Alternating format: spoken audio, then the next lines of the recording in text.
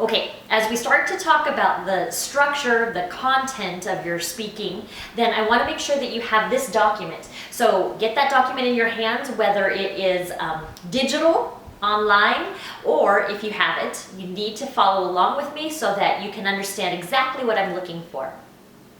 So, when you're doing public speaking for me, you're going to receive two different grades. There's a content grade and a delivery grade, and those are two very different things. Oftentimes there are people who are incredibly nervous and they struggle with delivery, looking down or stuttering, something like that. But they work really hard on following the instructions and trying to come up with great things to say. So they can get a good content grade, but not so great on the delivery. And then there are others who are really good at delivery. They're easy, they're confident, and they kind of want to wing it, and then what they get up there and say has no structure, it's all over the place, and that's not okay either. So there's a content grade that is what you say, and then there's a delivery grade that's how you say it. Both are important and you need to spend time doing both. We are going to work right now on content. So you're going to look at this sheet and follow along with me as we go. But, whoopsies. So for the most part, the basic structure of speeches and presentations follows the same structure as you learned when you did a 5-paragraph essay. That is the basic structure of speaking as well. So you'll have an introduction, 3 subtopics, and a conclusion, just like you learned when you were small. Now, for me and in my class, I do not want you to write it out as an essay. I'm just using that as an example of how it's structured so that you can get that type of flow in your mind. So the first thing that you have to have is an introduction. So you'll see on your sheet that it's called like a grabber, a hook, or a attention getter. So that's how you need to begin. You do not begin with, "Hi, I'm Tanya," or "Good afternoon, everybody," or "Bear with me." You just come up here and you start with your grabber. So if I'm starting with a story, then I would come. When I was 7 years old, my mom signed me up for my first ballet class. You just start.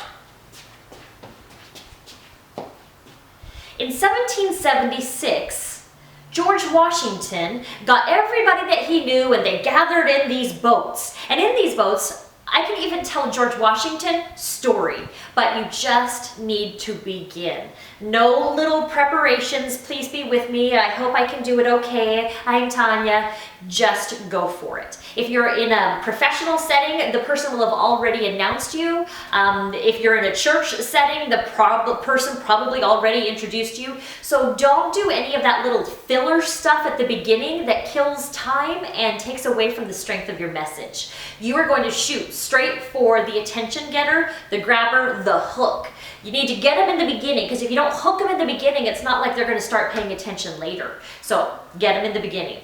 And as you can see through this, the main idea is a story. I would be thrilled if everybody started with a story. And as it explains on your sheet, a story is what works best for you, the speaker, as well as for the audience. Audience members start paying attention when there's a story. After your speech, when they say, "Hey, what was that about?" You're not going to remember the subtopics, but you will remember the story. They are so valuable. The audience just clings to them. And for you as a speaker, the very first words out of your mouth need to be something that you're comfortable with. If you've decided that you wanted to memorize all of these statistics or this really long quote, and you're very nervous at the beginning and your brain short circuits, you're going to forget. And that's why it's important that you start with the story. So you're going to grab us with the story.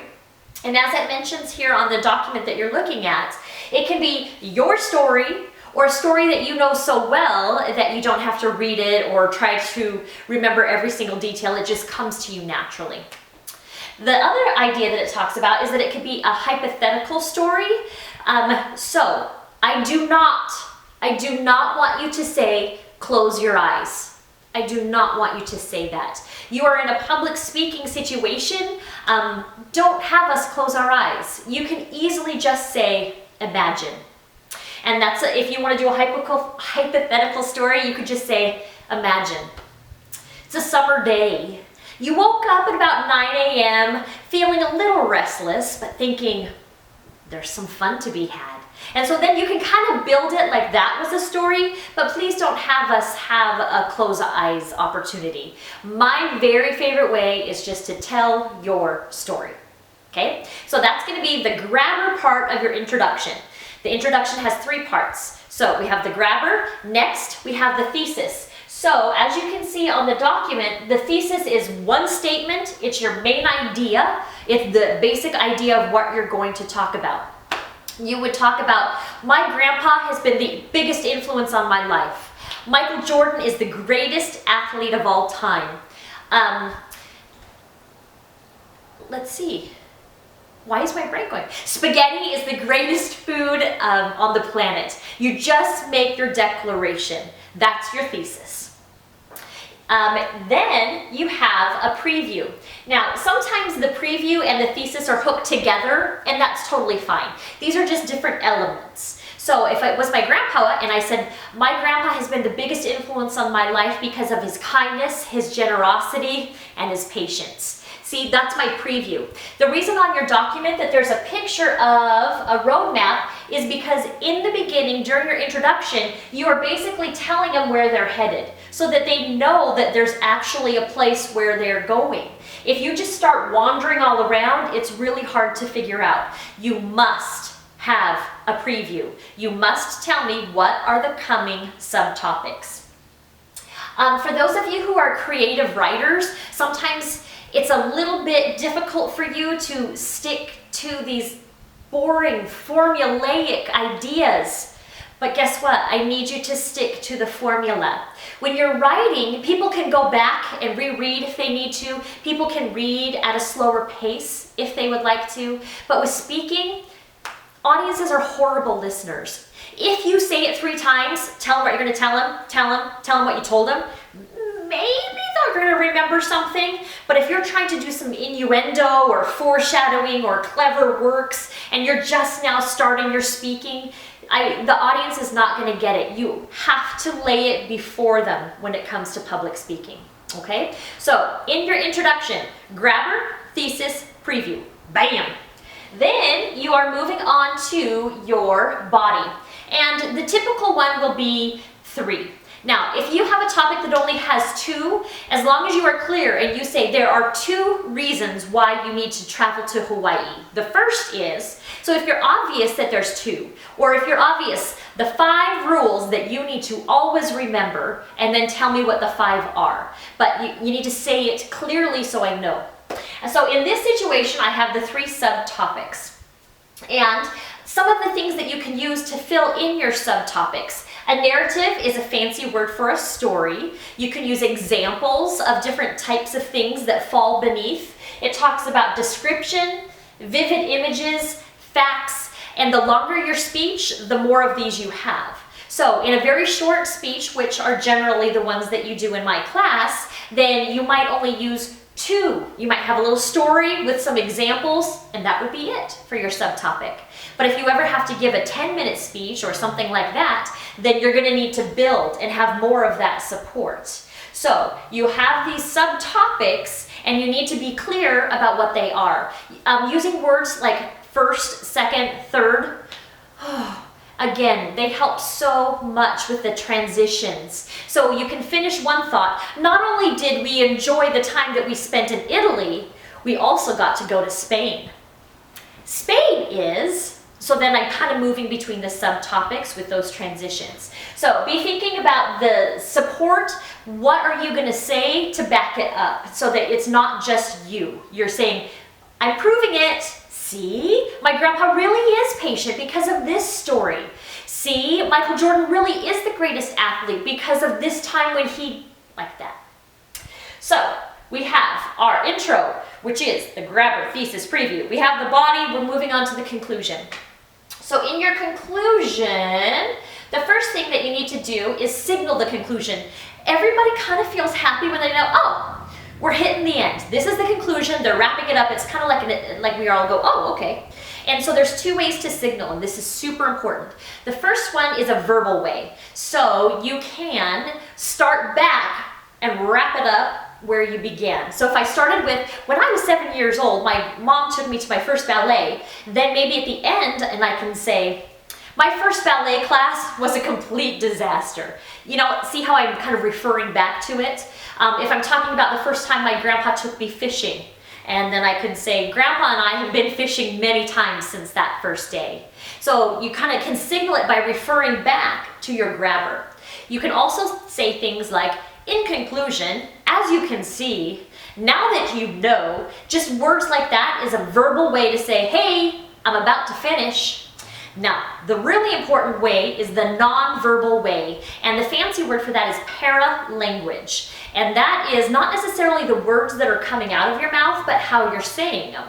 So at the end of your presentation, you need to slow down your speaking rate, make more direct eye contact all around the room, lower your tone of voice, and then everyone will know when you're done. Okay, so did you hear that? So it doesn't matter what words I use. If I'm desperate to sit down after this speech is over, then I just can slow down my speaking rate and then I can go sit down. Slowing down your speaking rate and ending like this will make it so you never have to say, that's all. See, the words don't matter, it's how you say it. So when you're stuck up here and you're thinking, I want this speech to be over, slow down your speaking rate, say something like this, and then you can be finished. Okay, so those are things to remember about the conclusion. The words that you use, and then also the way you say it, the paralanguage. Also in the conclusion, you need to have a summary. You do not have to retell the stories. You would just say, as you can see, my grandfather was kind and generous and patient. As you can see, Michael Jordan really was the greatest athlete because of his dedication, his determination, and his discipline. What I did there with that alliteration off the top of my head.